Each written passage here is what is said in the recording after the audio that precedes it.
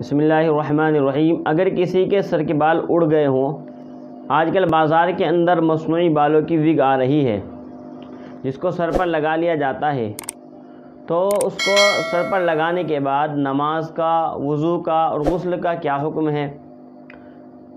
تو اس بارے میں جاننا چاہیے کہ وگ، سب سے پہلی بات تو یہ جانیں کہ وگ کا مقصد کیا ہے۔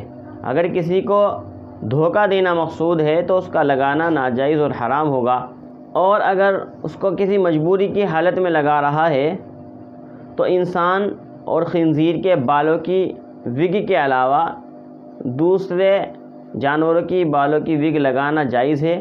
انسان اور خنزیر کے بالوں کی وگ لگانا ناجائز اور حرام ہے، اور اگر انسانوں کے بالوں کی وگ لگاتا ہے تو یہ گناہ کبیرہ ہے۔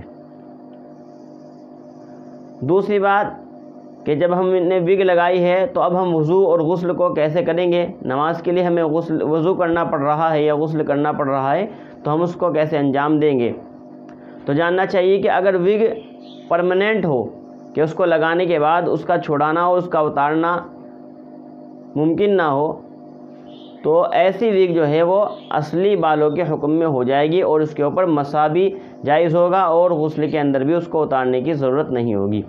لیکن اگر وگ کو اتارنا مشکل نہ ہو، آسانی کے ساتھ اتاری جا سکتی ہو، تو ایسی وگ کو وضو کے لیے بھی اتاریں گے اور غسل کے لیے بھی اس کو اتاریں گے، پھر اس پر مسح کریں گے اور جو ہے غسل کے اندر پانی بہائیں گے سر پر۔ بلا ضرورت وگ کو لگانا یہ ناجائز ہے، اس لیے اگر کسی کو ضرورت نہ ہو تو وگ لگانا درست نہیں ہے اس کے لیے۔